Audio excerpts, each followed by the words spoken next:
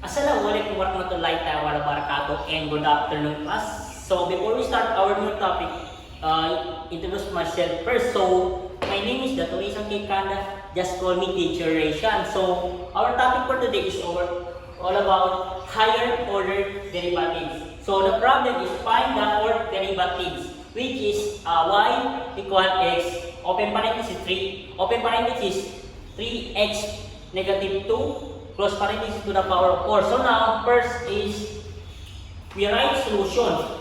This solution. So now, our first step is expand the expression. So which is ito, write this. So, magiging 3x minus 2 close parenthesis to the power of 4. So now, our next step is multiplied by x. So, need na yan. So now, this is our first expression. So now, our second expression is ito. 3x minus 2 and negative 2 pala, close parenthesis to the power of 4. So now, equal to 81 x to the power of 4 minus 216 x cubed plus 216 x squared minus 96 x plus 16. So now, our next step is multiply by x. So now, our x is y x ito y x 81 x to the power of 4 minus 216 x cubed plus 216 x squared minus 96x plus 16. So now, our next step is the close parenthesis.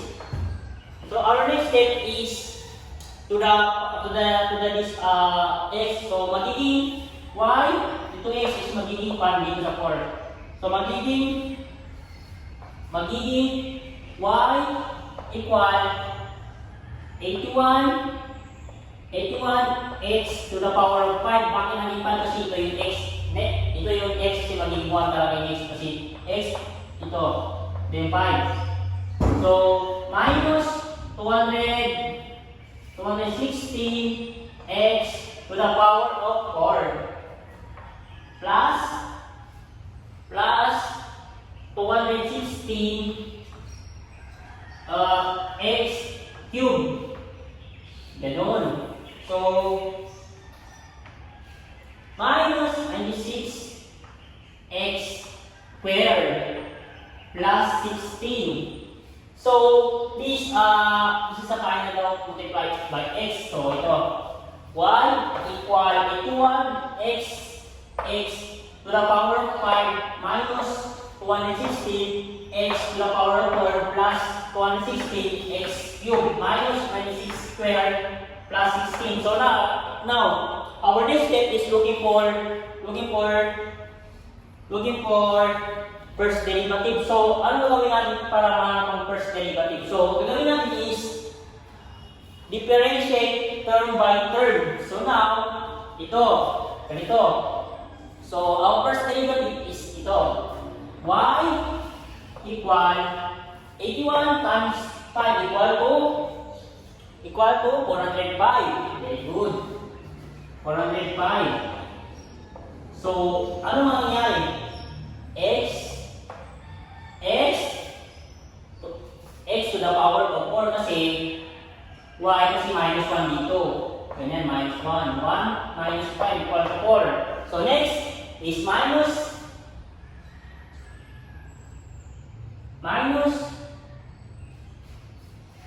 116 times 4 equal to 864. Very good. 864. So, ano mangyari? X cube. Kasi minus 1 na 4. Kasi 4 na power 4. Cube. Very good. Plus 216 times 3 equal to 648. Very good. So, 648 ang mangyari. 648 minus x squared plus minus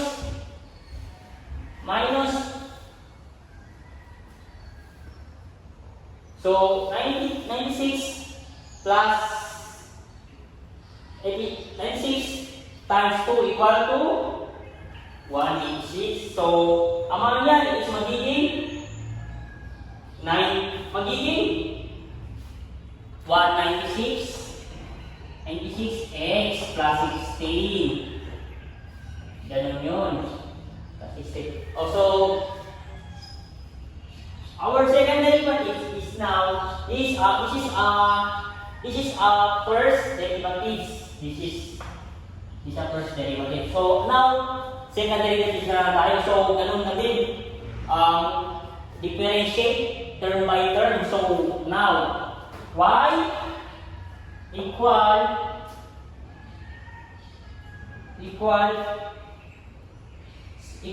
is 405 times 4 equal to 1620. Very good. 1620 x cube kasi minus 1. Minus 1 ito, minus 1 dito. So now, minus 864 times 3 equal to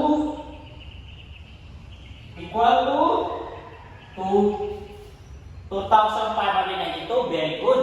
So 2,592 x squared kasi minus 1 dito sa 3. So plus 648 times 2 equal to 1,296. Very good. Plus 1,296x. So now, and minus, nandito pala ito guys, plus, nandito pala ito 92 kasi, sorry, plus 92, mayroon. So, minus 192, kasi walang x lang 1 dito, wala mga value dito, 92 kasi manis na niya kasi wala na talaga. Plus 16, wala na 16, cancel it, is cancel, ito 16. So, our second derivative is y equal 1,620 x cubed minus 2,592 x squared plus 1,096x minus 192, our second derivative. So now, our second derivative is second derivatives. So now, looking for third derivatives na naman tayo. So now, ganoon natin, differentiate term by term. So, our next step is differentiate term by term. So, y equal, so, 1,620 times 3 equal to 4,660. So, 400 tama na plus 480, 860. 4,860. So, tama. So, x squared. Kasi minus na to. Minus 1. So, ganun naman natin. So, minus 2,592 times 2 equal to 5,184. Tama ba? 5,184.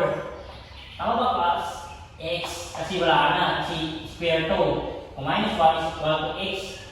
So, next, plus 1,296. Bakit naging 1,296? Kasi walang value. So, automatic cancel na to. Wala na to. So, this is a third derivative. This is a third derivative. So, our third derivative is y equal 4,860 x squared minus 5,184x plus 1,286 our third derivative. So now, looking for fourth derivative. So this is the fourth derivative. So wait, this a minute. I transfer camera. Please. Dito. So our fourth derivative na tayo. So y equal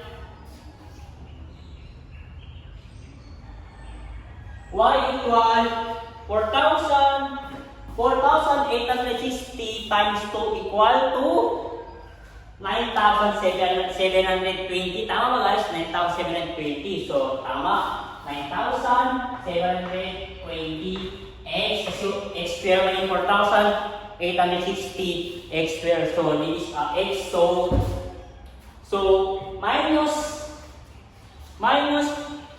5,184 kasi ang nangyari is 5,184x walang square kaya di man times kaya ganun na mangyari 1,184 so ganun lang din wala na dito si cancel nito cancel na yung 1,200 kasi pa high na yun parang yung topic natin is higher order derivative, so I na. So the final answer is these are four derivatives. These are four derivatives. Y equal 9,720 x minus 5,184. So our final answer is y 9,720 x minus 5,184. So this is the final answer. So naiintindihan ba class? Siyempre naiintindihan yan. So this is thank you for listening and that's all. Thank you.